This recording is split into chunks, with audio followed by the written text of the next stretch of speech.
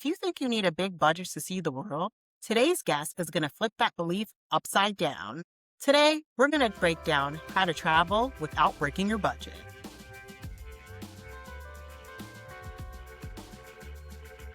Hello, my fellow wealth builders. Welcome back to the Money Journey with Nika, the podcast for millennial women in their 30s who want to build wealth on their own terms and in their own time. I'm your host, Mila. I'm your fellow 30-something-year-old woman who's on a mission to become very wealthy. I hope you had a lovely weekend, and I'm so excited to jump into today's episode. Today, we're meeting with the travel influencer Traveling with Nika, who has gone to almost 60 countries and counting, is on a journey to visit all 50 states, and is here to share how she travels without breaking her budget. Let's jump into it.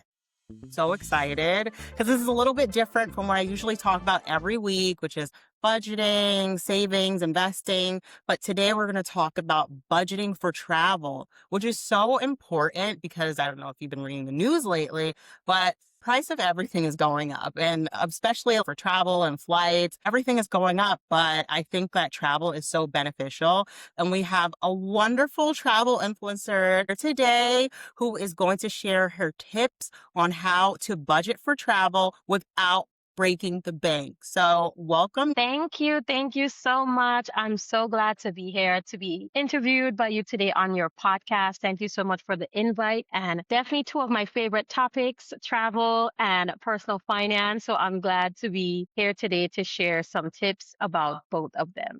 Yes. Welcome. I know you have a wonderful website, travelingwithniqua.com, and I'll leave it all in the show notes, but feel free to let the viewers know where can they find you. Yeah, absolutely. So I am a travel content creator, and I'm also a personal finance creator. And for my travel content, you can find that on all social media platforms, YouTube for my travel vlogs and my long form tips and advice. I'm also on platforms Instagram, TikTok, Facebook, etc.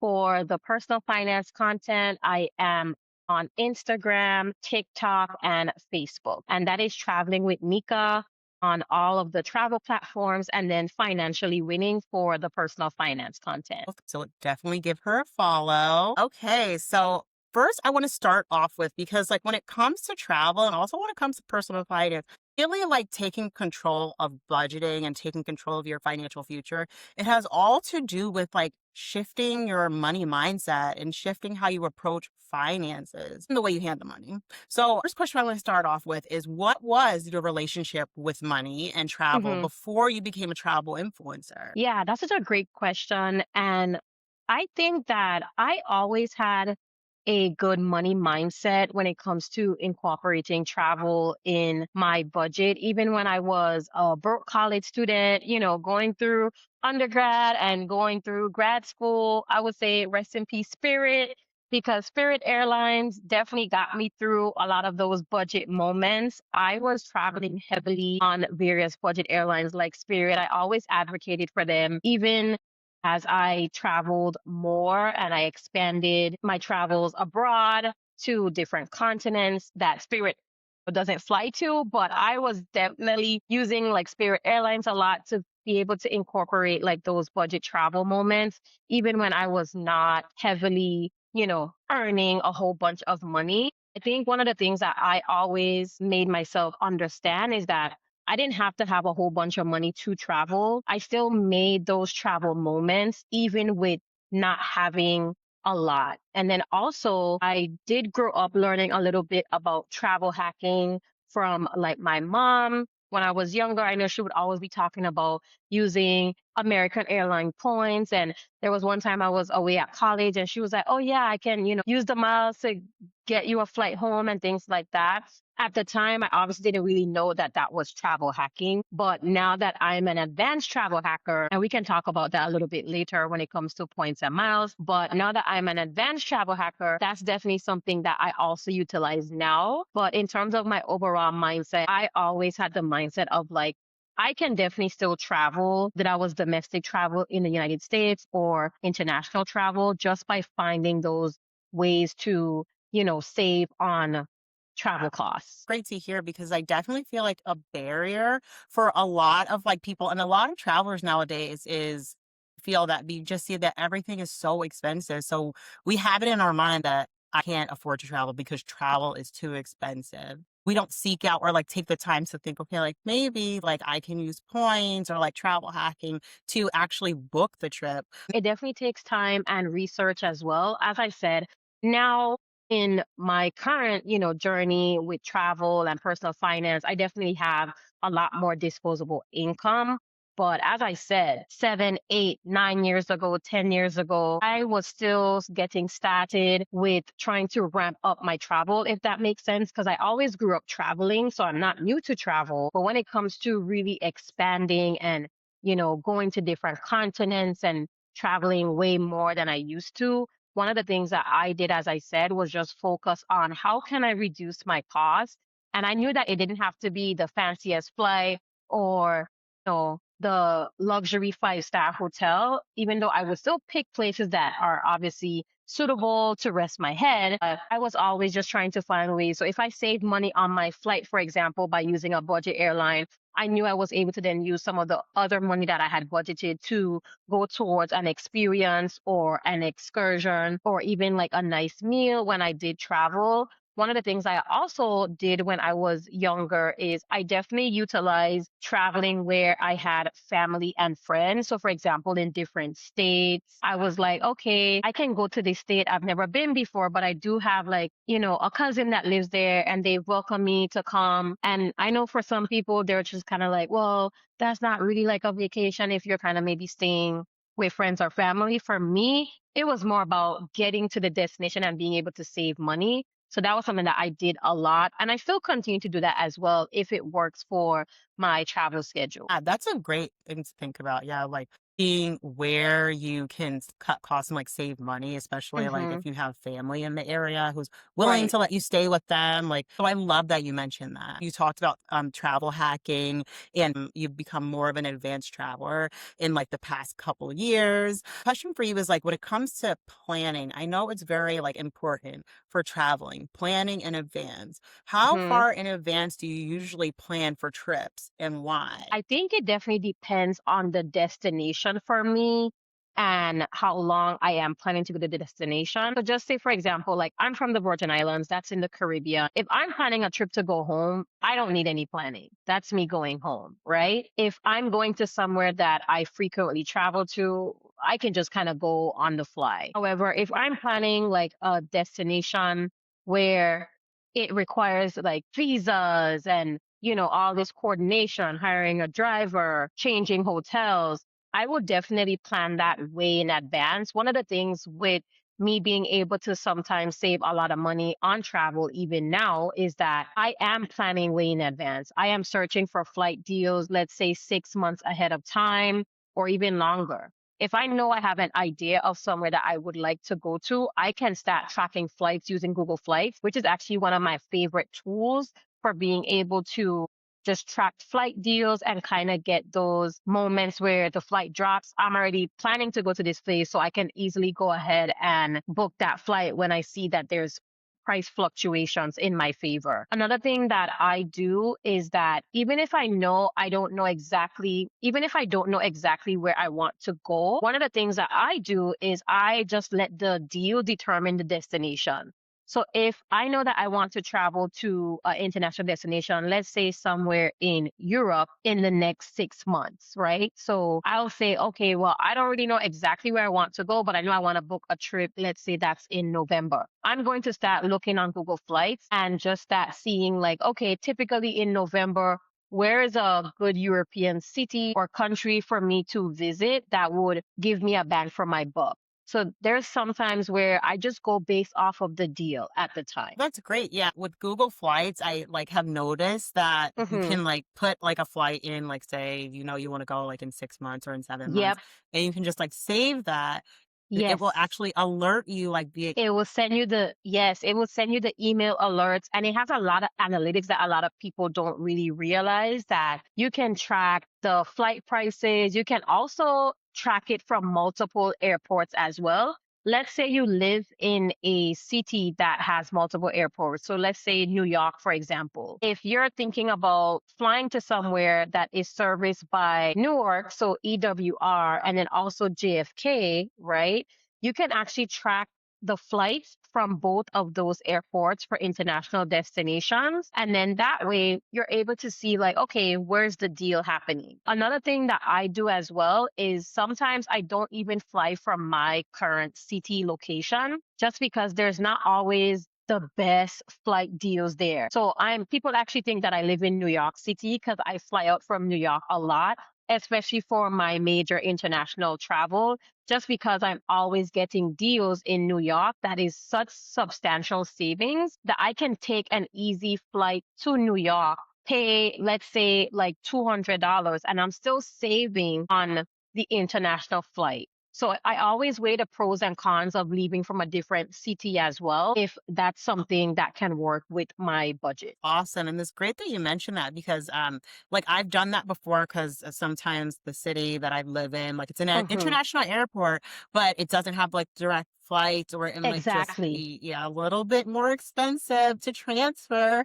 So I might like fly to New York, which is an international hub, and then get to my destination, which is like a little bit longer, but it's much cheaper in the end. So Exactly. the next question I have for you is could you walk us through how do you like build a travel budget from scratch? Like I know you mentioned you look for deals, you identify what your destination is, but do you have like a budget in range of like this is how much I'm going to spend like to go to this destination? I love that question because a lot of people think that when you are creating travel content that you're not the one paying for it. And most of the time travel creators are not being sponsored or comped at all. They are paying for their travels, right? I'm literally just a regular person. Yes, I create travel content, but I am still paying for my travels. And these are me sharing my experiences authentically. So, one of the things I would say is I kind of have a set way of how I plan my trips. So, I do budget in about I would say five or six main categories. So that would be like flights, accommodations. I also think about activities and excursions. I also have a miscellaneous category included and then a transportation category. So those are kind of like my main categories for every trip where I want to see how much I'm spending on the flights, how much the accommodations are going to be, what type of activities or excursions I'm going to do. And for transportation, that's very important because a lot of people forget their rideshare costs, whether that's just to and from the airport or just within the country that they're going to. Or let's say you're traveling to a place that they have train travel, or you do have to be able to take, or you're able to take public transportation a lot. That definitely can vary for your transportation costs, right? So you need to be able to research that option. Or let's say you're hiring a driver. I sometimes hire a driver depending on the destination. So I have a separate transportation category that I think about. So that will cover everything that pretty much from the time I leave my home to get back to my home, all the transportation costs. And then miscellaneous are kind of like for those things like souvenirs, things that just kind of like pop up. Let's say I'm purchasing an eSIM. So like my data plan for me to have internet abroad. If I want to have a backup to my current T-Mobile plan, which does provide free data when I travel internationally, but I still get an eSIM for certain locations just as a backup. So those are the type of costs that would be included in my miscellaneous. Also, like my travel insurance costs, things like that. So that's typically how I map out my overall budget for my trips. I do book my flights first. That's kind of like the thing that propels me to know I'm actually going to this destination. Here's what it's going to cost. And I do my breakdown that way. So smart. Love that you mentioned like the miscellaneous costs for like anything that might pop up and also the transportation costs because like yeah you have to consider like cities like ride sharing and like paying for a driver like those costs you might not think Exactly. about it but it could add up like a couple. Transportation can definitely be all modes of other transportation when you are, in that city or in that country exploring. So I like to budget out for that because sometimes that can eat away at your overall cost for sure. Yeah, yeah, and that's key to budgeting. You wanna make sure that, like, you have accounted for these costs, so, like, you don't end up spending more than you intended to. The next question I have for you is in regards to, like, tools or apps, like, or systems that you use. You did mention Google Flights, like, are there any other apps or tools that you use that help you stay organized when it comes to travel and avoid overspending? Yeah, absolutely. So Google Flights for sure is one of my top tools just for finding those deals. And one of the things I would say as well that helps me is I have an iPhone. So I use my Notes app a lot to be able to share out like the general itinerary. I'll make one in Canva. Like let's say it's my birthday trip. I'll, make a whole full pretty itinerary, but I also always have the data saved in my notes app because I already have my overall template for trips and how I budget. So I already know that I have a standard template. And also when I'm traveling with other people, because of course sometimes I don't travel by myself. So having my notes app have the information that I need, such as, the cost that I'm going to be paying for the trip or the expenses that I might have to pay for the trip that I might need to split with another person. Let's say I'm going on a girls trip. I have all of that in my notes app to keep me organized. And I also track my spending easily when I'm going on trips by actually isolating all of my travel on one specific travel card. So one of the things that I do as literally it's in my routine. I do not travel for any trip without my travel credit card being at zero. So I would be using the CAD, for example, for, different expenses. So let's say my Chase Sapphire preferred card, I'm going to use that throughout, my day to day, depending on what I'm using it for. So if I'm going to a restaurant, I'm going to use that card. If I'm, buying different things that are going to give me the points that make sense to use that CAD, I'm going to use that CAD. But if I'm going to be leaving on travel, that CAD has to be paid off because I always start my journey for every trip with a $0 balance. And I put all of the expenses for that trip on that one card. So I choose one of my travel credit cards. It's typically the Chase Sapphire Preferred card just because there's no foreign transaction fees and I'm able to easily just see all of my expenses right there in the Chase app. So that's one of the things that helps me basically like keep on track because I'm not charging all these different cards for one trip. I use one card, use that as the main card for the trip, and I just charge the different transactions. So I'm not really looking at the cards much like, when I am on my trip. But sure, if I log in, I could take an easy glance to be like, oh, okay, like that's how much I've spent so far. So smart. Oh my God. It's like the wheels are turning in my head right now because that's something I want to keep in mind. Because right now I'm paying off credit card debt and I only use like one card for all spending.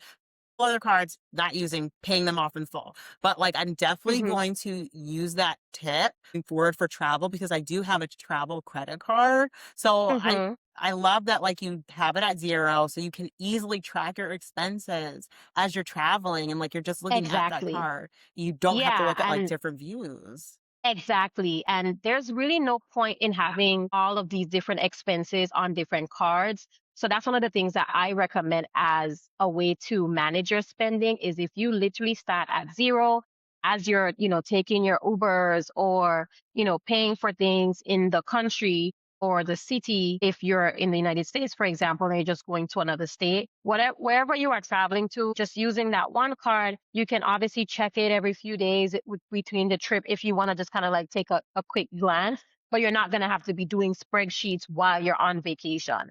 I'm definitely not advocating for that. One of the things I would say also is that when the trip is then over, you are easily able to reconcile and see exactly how much you spent. So at times, if I'm trying to create content, for example, on how much I spent on the trip, I'm able to easily just download the credit card data for the period of my trip and categorize everything. So when I'm sharing content to say, here's how much I spent in XYZ country, I'm able to share relevant costs with you all. Obviously, if I do take out some cash for destinations that, cash is needed, I kind of just jot those down in that same notes app in the category that the cash was spent in, just for me to just kind of keep that. But it's really like a it's so like automated for me. So it doesn't feel like this like task or chore when I'm traveling. If I know I took out some cash, I literally would pay for the item and I'm like, okay, that was, 10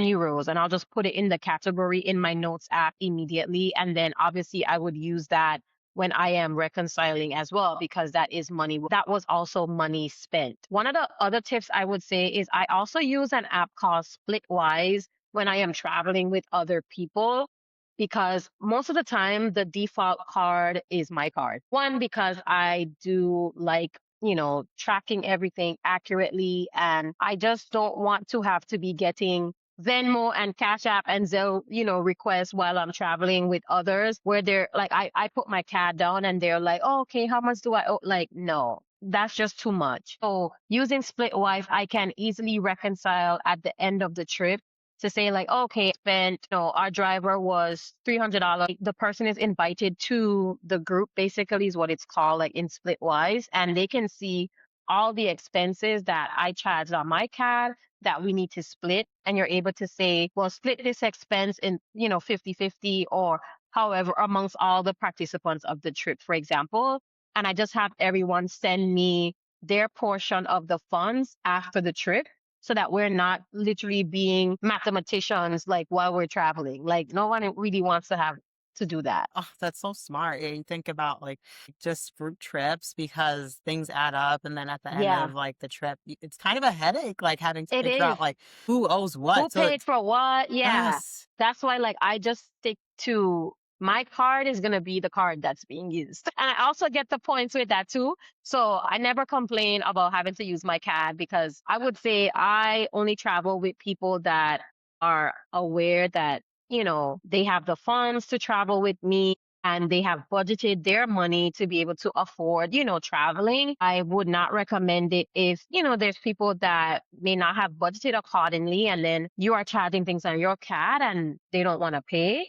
I've never had that experience, obviously. So I definitely recommend knowing who you're traveling with as well. So important because different people have different budgets. We don't all live the same lifestyle. So like it's really important like when planning a group trip, like asking people like this within your budget, can you afford it? Exactly. 'Cause you don't want like the time to come up like what you do on the trip and someone's like, like I can't pay you back. Like it's just really Exactly. important. Yeah. Exactly. And that's one of the things that when I am planning group trips, I always get the budgets up front. So I share that and I say, like, hey, in general, we're going to spend X amount of dollars. Here's the breakdown. Here's how much the flights cost. If they don't live in my city, I'll share from their city. And then I'll also show them like how we're paying for accommodations, transportation, etc. And then I also share about the splitwise ahead of time so that my friends and family and loved ones, they are aware that, okay, I'll just send them the total in the app. Like they'll see the total in the app when we're done with the trip, but we're always aligned before we even start planning the trip on expenses. So great. Like, and that's just transparency is key. Like, transparency up front, especially with cost for things, is key. And it'll just make the trip run a lot smoothly, a lot smoother. Next question I have for you is I'm just thinking like about like when it comes to so you spoke about flights and like flight deals, but when it comes to like stays, like I know a lot of people like get worried about like hotel stays because they're too expensive. Like, how do you find affordable places to stay that still feel safe and comfortable while you're traveling? That's a really great question, because I would say I'm a little kind of like accommodation snob, not in a bad way, but just like I am not the type of person where it's like, oh, we're not, we're only going to be sleeping there. Or we're going to be out all day. So it doesn't really matter. That is not me at all. I need to stay in a nice place. But as you said, of course, not to break the bank, right? So I do also utilize points for my accommodations as well, where it works. And then I also would pay cash. One of my favorite platforms outside of actually booking with the actual hotel chains themselves. So for example, a Marriott, Hyatt, a Hilton. I actually like using booking.com. It is probably one of my favorite search platforms for accommodations. But before I go to accommodation, I also want to just leave this tip. When you are booking flights, remember I talked about Google Flights, make sure that you're only booking with the airline. Do not book on third-party apps, because if there's issues with your flights, it will be a little difficult and it can be a little wary for you to actually be able to get like a refund or change and things like that. So stick to buying with the airline itself. But for accommodations, if you want to kind of like stay away from some of those chain hotels, you might be able to find nice boutique type hotels using platforms like booking.com. One of the things I would say as well is you don't always have to book in booking.com either. You can actually just use it as a way to search for different places, find the ones that are within your budget, and then go to that website. Like literally Google that same property, find their website, and you might actually be able to save costs there as well. I recently was able to use booking.com to search for an accommodation, and I was like, okay, I really like this place. Let me check out their actual website. On their website, they were able to offer a better deal. This is just things that you have to do with research. It might be cheaper on booking.com, but it might be cheaper on their actual website. And also, when you're looking for these accommodations, please read the reviews, go on different platforms and also read the reviews for these places. Because as I said, if it's like a boutique hotel, they are probably on different platforms. So you want to read all different reviews on multiple platforms. That should be part of your research when you're trying to pick an accommodation. And then also you would want to see what's included. Sometimes if you book directly with them, they might say, okay, well, breakfast is included. That's a way to slash your travel costs because now you don't have to worry about paying for breakfast because breakfast is already included. But that's some of the ways that I find accommodations and I'm able to reduce my cost for accommodations if I am paying cash and not using my points. So smart. Oh my God, I'm taking so many notes right now. Keeping it in mind for later for my next trip. And so Oh, the next question I have in regards to like affordability and like finding like destinations is yeah. what destinations like I know you've been to like over 50 countries, which is amazing. And Yep. you're about to like get to 50 states and like 30 and counting, which is amazing. So I Yeah. wanted to know like with all the destinations that you've been to, like what Mhm. destinations have surprised you by being way more affordable than people assume? That's a good question because now I'm at 60 plus countries and yeah, trying to get to all 50 states. One of my favorite budget destinations was actually El Salvador. And it is still hands down one of my favorite countries, especially in Central America. Hands down, you can literally do El Salvador for like less than $1,000 US. And if you plan it correctly and if you're able to get a really good flight deal down there, depending on where you live.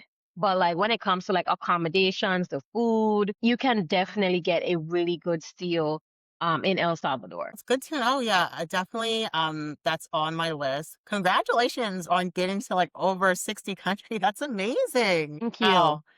50 states. It's like my dream to go to the 50 states because like the United States Nice. is so huge. Domestic travel as well. And I advocate for domestic travel a lot. I know people do see me obviously traveling internationally as well, but they know that I love domestic travel too. And that's one of the reasons why I came up with the Journey to 50 and being able to also showcase US destinations as well, because I do think that we have a lot of gems here to see as well. Yes, exactly. Totally agree. It's like the United States it has so many different like temperatures and Hmm. it's like it's so vastly so huge. So that's Yeah. amazing that you are going to reach that goal. Oh, Thank you. yeah, you're welcome. So the next question I have for you is I want Hmm. to think about like travel like mistakes because travel mistakes, no one's perfect. Like I'm learning Yep. as I'm growing and becoming a better traveler. So what like in regards to like budgeting, like what was a budget mistake that you made early on in your travel journey that taught you a big lesson? Yeah, I think there's definitely so many mistakes that you can make with traveling. I think one of the things I would say is early on missing those costs that add up and not really thinking about them. Kind of like what I was talking about earlier. Now I have like a set routine for budgeting and my template for the different costs that I know are going to pop up now that I'm a way more experienced traveler. But early on, I would just be like, okay, I gotta buy the flight, I gotta get the accommodation costs, and okay, I'm gonna budget for a few activities. But then that was really it. Another thing I would say as well that was also part of my budget template was paying for food costs. At first, I never used to really think about that either when I'm traveling. And that was definitely a big mistake early on because I'm a big foodie. So there would be times where the food would be way over what I thought I would have paid. But if I just had incorporated that in my initial travel plans, I would have been able to budget more accurately, basically. So that's a huge mistake I've made early on. Another one would be not staying in the right places. So let's say when you go to a city, and you're thinking about accommodations, you realize that you booked a hotel that's like way outside of the city. And now you're getting your budget eaten up by transportation costs. If it's a place that doesn't have like affordable public transportation, so then you're using rideshare back and forth, and it's eating up your costs that you could have just initially paid for a hotel in the city, pay the extra upfront, and be able to walk to a lot of different places. So that's definitely a mistake that I've made previously, where when I was, younger, I was just kind of like, oh, okay, well, this hotel maybe have been, a little cheaper than staying directly in the city. But if I didn't research in detail that like, but they don't really have like a good shuttle system, or they don't have like a good train system or anything like that. So I was paying a lot of money in transportation costs to go back and forth. That's so important, and I've done that, like, before. I Oh ended up my, spending more to, like, get to the downtown destination because I thought the hotel's so cheap. There's a reason why the right. hotel's so cheap because Right. it's It's far like, away yeah, from. because it's there's nothing around there. Oh my gosh.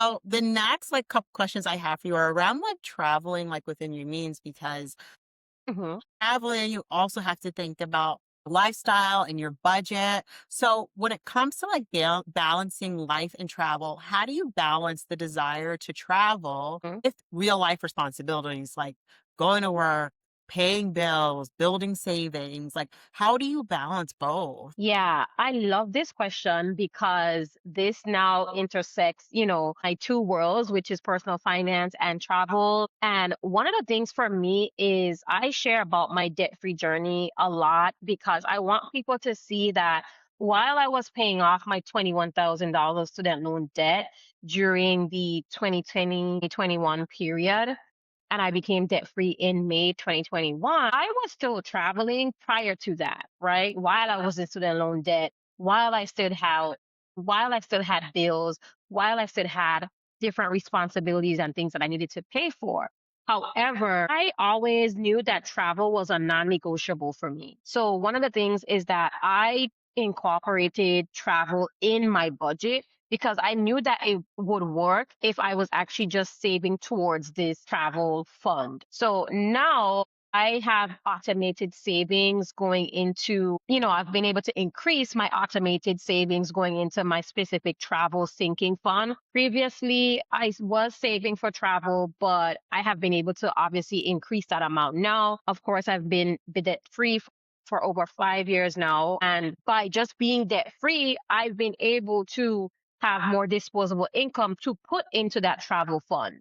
So when I treat travel like a bill, there's automated money going into that travel fund every single time I have income coming in. So then when I do have a trip that I want to pay for, I am able to go into that travel fund to be able to pay for that trip. So let's say a bunch of my friends, they want to take a summer trip and it's still a couple months out, but I was able to just book my flight straight up. As soon as we decided on the dates, I went ahead and booked my flight. I didn't have to wait until, a month or two later, which obviously there's nothing wrong with doing that. I'm just sharing what my current process is, where because I have the travel fund that I'm always putting money into, I'm always able to kind of just pay for travel on the fly. Into sinking funds because when it comes to Hmm. like sinking funds for like say bills or Right. savings goals or investment goals, like I have those, but also like thinking about travel, like treating it as a bill,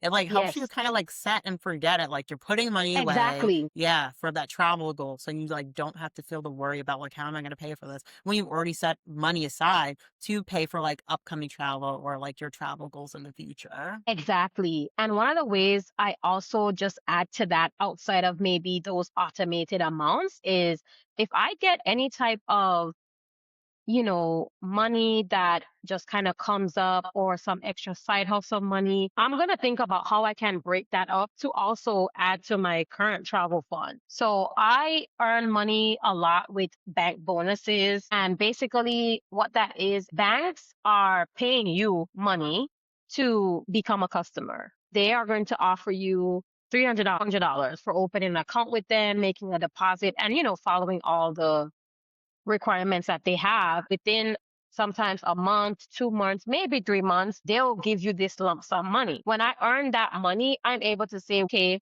I can put the whole thing towards additional travel if I know that I'm increasing my travel. So, for example, in summer months, I know that I'm going to be spending more on travel. So, I'm always going to be finding ways to increase my income and putting more money into that travel fund. So, in the months where it's just like the winter time or the fall, I'm putting money in, but I know for a fact that I'm going to be traveling more in the summer. So I'm going to be increasing the money that I have already been putting in by finding ways to earn more money. That's so smart. I love like bank bonuses because I have seen it, but I haven't like Hmm. really taken advantage of it. And I see Yeah, like you your posts on should. social media. So I'm definitely Yes, going to think about it and consider it in the future. But I also absolutely. love that you talked about like summer travel because like Hmm. I'm starting to like pre-plan like quarterly, like what I want to do with like, Yeah. say, how I'm going to spend my money. But like, I really think that's important because there's a lot of holidays in the summer. 4th of July, Labor Day is at the tail end of the summer. Yeah. Juneteenth as well. Us, Yeah. yeah. And we have like a lot like those who are corporate, like working a 9 to 5, like many of us have Hmm. like these days off and we want to take advantage of summer Right. travel. So like that's really important and like interesting to like drive home that like you should like really think about like planning your travel for the summer because that's when like Exactly. travel's ramping up and in the winter we're trying to stay home and like stay warm. So a lot of us aren't traveling. Right. Or you might be traveling to destinations that are warm and not, if you're in a Yes. place that's cold, you might say, well, I'm going to use kind of like that off season to be able to travel to places that are cheaper to travel to in those time frames.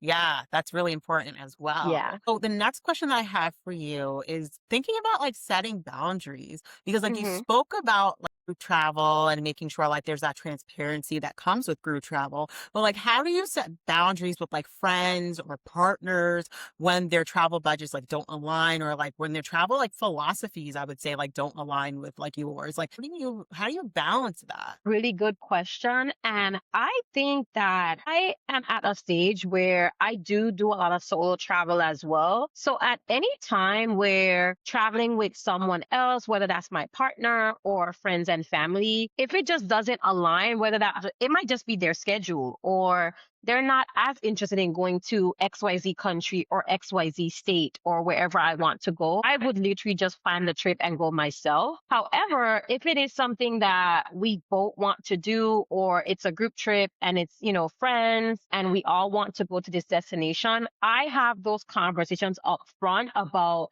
travel style, expectations on what would be a good destination for you or what would make this itinerary be somewhere that you're like, okay, yeah, I'm aligned with that. I would say that I don't travel with everyone, and that's something that you will definitely have to learn when you are trying to plan different trips and vacations with others. I definitely don't travel with every single friend, every single loved one, because yeah, it just doesn't align. Like they may want to do an all inclusive resort for the entire week, and I'm definitely not going to do that. That's just not my travel style. So it's like if we do travel together, they already know that I may say, okay, well, I'll stay on the resort with you for like the first 3 days, but I'm going to book maybe a different hotel and I'm going to be doing excursions. I'm going to be booking the activities. And if you obviously you're welcome to come, but I am definitely the person that I want to travel to places to explore. There are there's a time and place for every type of trip. So yeah, if I do want to do something that's more relaxing, then we always align on that before we go. But typically, I'm definitely someone that I want to explore. I want to do the tours. I want to do the food tours. I want to do the experiences, the city tours. I want to do some type of adventure, even like a photo shoot, just things like that.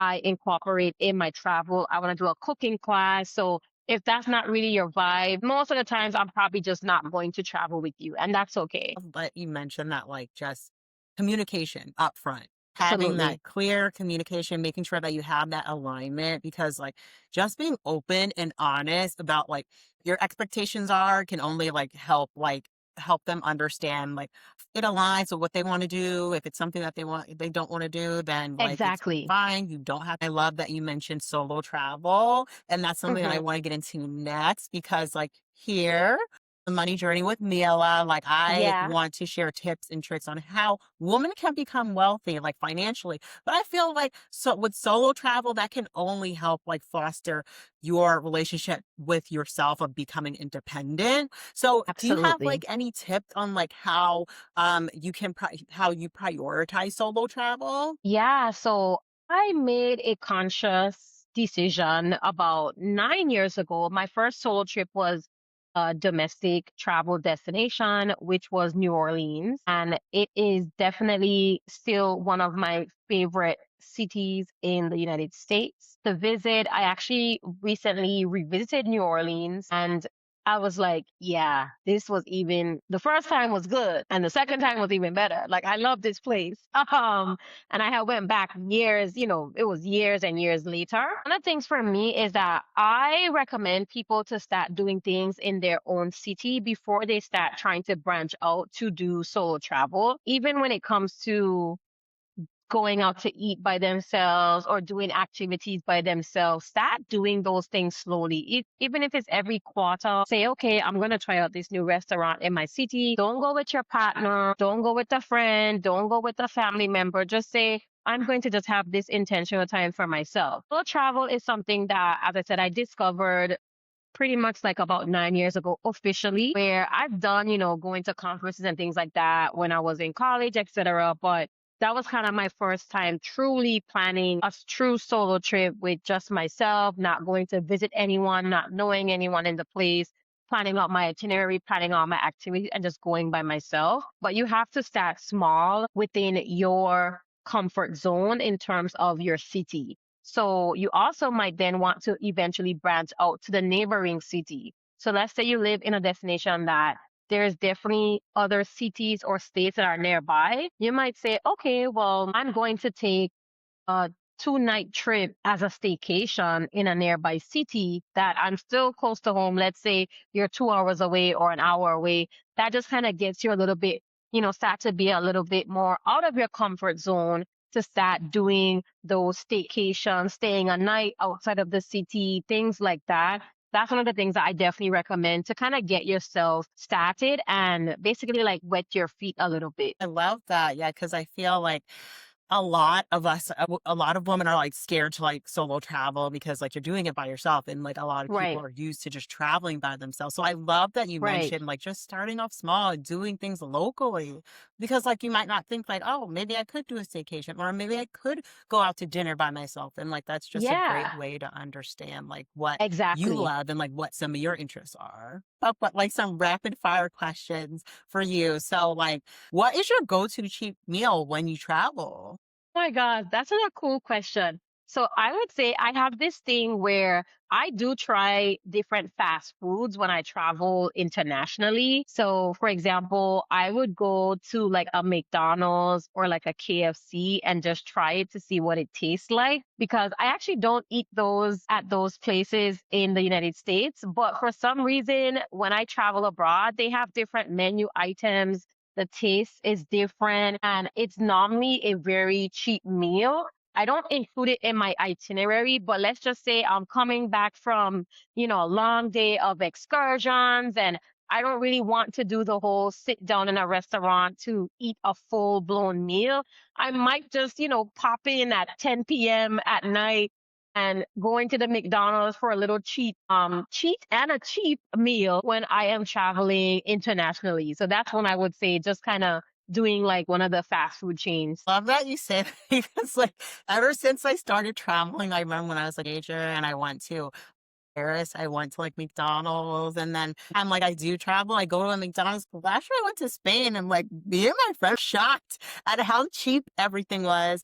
And then they have all these different menu items that you are going to get in the US at all. So, yeah, to this day, one of the favorite McDonald's that I've been to was in Jordan. The next question I have for you is what is one thing that you always splurge on like when you travel? I know you mentioned hotel stays. Is there anything else? Yeah, so I splurge a lot on my activities or my experiences because that makes or break a trip for me. So I always know that I'm going to pay like a high price for at least one or two activities that are like bucket list type of activities.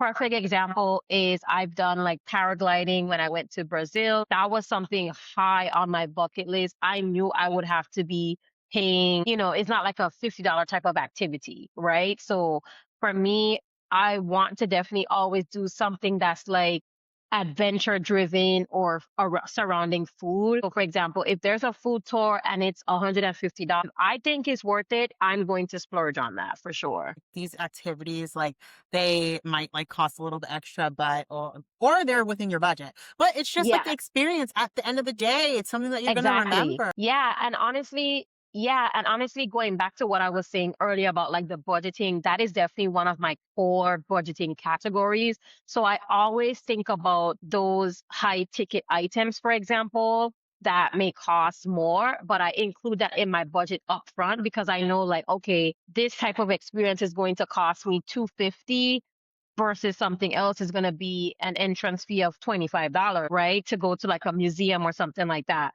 But I always incorporate those high ticket items in my budget initially so I know I'm able to afford them. Nice. Have a good budget. So then last question I have for you is what do you prefer?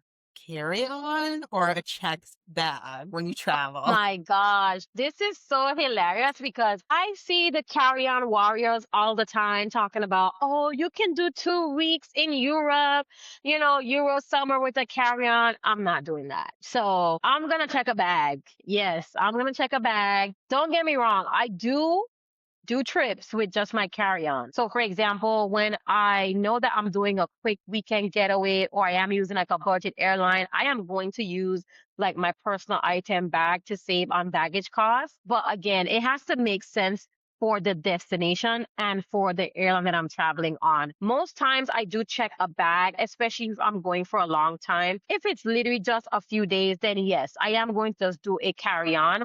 So for me, it depends. That's really truly my answer. But I'm definitely not going to try to squeeze all of my outfits and stuff in a carry-on bag for like a 2 week trip. I'm definitely not doing that. However, if I'm going away for the weekend, then yes, I am going to do a carry-on bag. So it really just depends for me.